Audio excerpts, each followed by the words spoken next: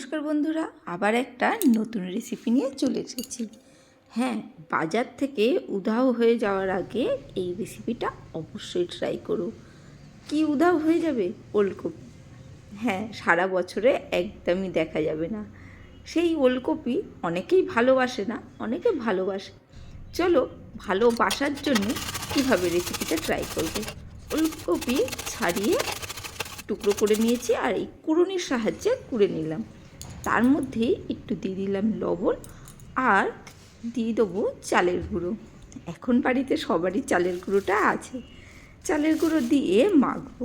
বেসন দিয়েও মাখা যাবে, বেসন আর চালের গুঁড়ো মিক্স করেও মাখা যাবে। চালের গুঁড়ো দিলে কি হবে, যে জলটা বেরাবে সেই জলটা খুব তাড়াতাড়ি টেনে যাবে।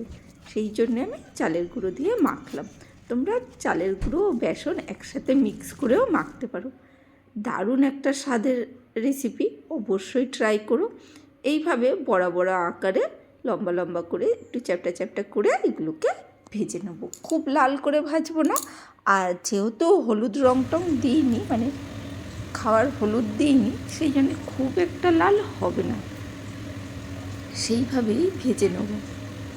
তোমরা এটা গোল গোল চ্যাপটা চ্যাপটাও আকারে করতে পারো, বা এইরকম চ্যাপটা লম্বা আকারেও করতে পারো।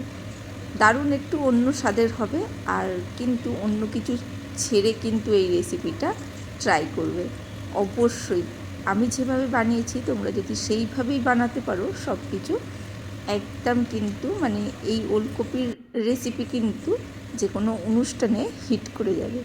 চলো, বেশ ভালো করে উল্টে পাল্টে দেখতেই পেলে এই রকম করে ভেজে নিচ্ছি সুন্দরভাবে। একটু সময় দিতে হবে, আর কিছুই না। যারা নতুন বন্ধু দেখছো, পারলে চ্যানেলটাকে সাবস্ক্রাইব করে দিও, আর না ইচ্ছা হলে করো না। চলো, এদিকে ভাজা হয়ে গেছে সুন্দরভাবে, দেখতেই পাচ্ছ কীরকম ভেজেছি। এবারে মশলা করার পালা। মশলার জন্য প্রথমে এখানে আদা নিয়েছি টুকরো করে, অবশ্যই ঝাল অনুসারে কাঁচা লঙ্কা নিয়েছি, এই 8টা মতন রসুনের কোয়া নিয়েছি, আর এখানে নিয়ে নিচ্ছি ধনেপাতা। ধনেপাতাটাও এর মধ্যে দিয়ে দেবো। আরও কিছু যাবে, দাঁড়াও দেখাচ্ছি। এখানে টমেটো নেবো, টমেটো মিক্সির মধ্যে নেবো না, টমেটো মানে কাঁচা পেঁয়াজ কেটে রেখেছি, একটা গোটা টমেটো বড় সাইজের, আর একটা মাঝারি সাইজের পেঁয়াজ। আর এখানে নিয়ে নিয়েছি 2 চামচ মতন টক দই, মানে ছোটো যে বাটিগুলো হয় সেই বাটির 1 বাটি বলতে পারো। সেইটাই মানে টক দইটা এর সাথে ওই মশলাগুলোর সাথে, মানে রসুন, আদা, কাঁচা লঙ্কা, ধনেপাতার সাথে পেস্ট করে নেব। চলো, এখানে যে তেলটা রয়েছে, তেল যদি বেশি থাকে কমিয়ে নেবে। সেই তেলের মধ্যে 2টো দারচিনি, 4টে লবঙ্গ আর 2টো ছোটো এলাচ, সেইটাই আমি মানে একটু থেতো করে নিয়েছি, নিয়ে ভেজে নিলাম। ভুল হলো, মানে 2টো দারচিনি না, একটা লম্বা দারচিনি অংশ, খুব বেশি না, যেরকম দেয় জানো সেইটাকেই একটু থেতো করে দিয়েছি। তারপরে ভাজার পর এই একটা মাঝারি সাইজের যে পেঁয়াজ ছিল কুচিয়ে রেখেছিলাম, সেইটাকেই হালকা করে মানে গোলাপি করে ভেজে হালকা গোলাপি হলেই এর মধ্যে আমি টমেটোমের টুকরোটা দিয়ে দেবো। লম্বা লম্বা করে রেখেছিলাম যে টমেটোটা, সেইটা দিয়ে সুন্দরভাবে দুটোকেই ভেজে নেব। দেখতেই পেলে পেঁয়াজটা কিন্তু বেশি ভাজিনি, হালকা গোলাপি হয়েছে। এবার টমেটোটা ভাজার পালা। এখানে ভাজতে ভাজতে অবশ্যই একটু লবণ দিয়ে দেবো, যাতে দুটো জিনিসই তাড়াতাড়ি নরম হয়ে যায়। লবণটা অবশ্যই আন্দাজ করে দিতে হবে, কারণ যখন বড়াগুলো ভেজেছি তার মধ্যেও লবণ রয়েছে, সেই মতন ভাজতে হবে, দিতে হবে। আর এখানে কড়াইশুঁটি দিয়ে দিয়েছি, কড়াইশুঁটিটাও দিয়ে নাড়াচাড়া করে নিচ্ছি। কাঁচা কড়াইশুঁটি এখন মানে কড়াইশুঁটি খুব নরম, সেই জন্যে মানে সেদ্ধ করতে হবে না বা ভাপাতে হবে না। আর এখানে যেটা পেস্ট করেছিলাম ধনেপাতা, টক দই, রসুন, আদা, কাঁচা লঙ্কা, সেই পেস্টটা দিয়ে দিলাম। দিয়ে এবারে মিডিয়াম টু লো ফ্লেমে এইটাকে 2 থেকে 3 মিনিট কষিয়ে নিতে হবে।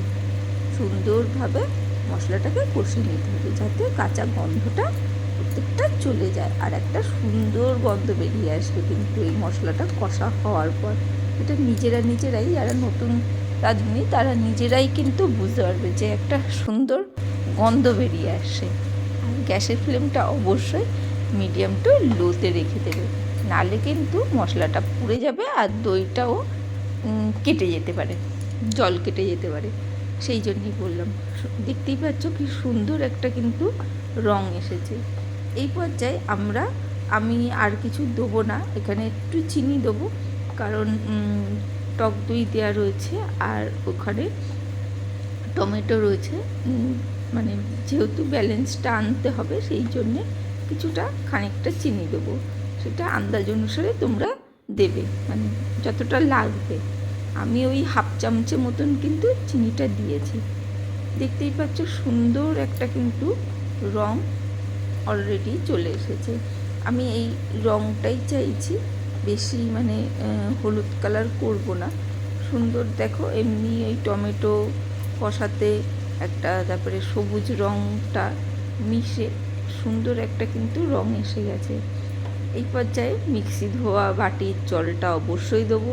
মিক্সিতে যে মশলাগুলো লেগে রয়েছে সেইগুলো আমি বাদ দেবো না।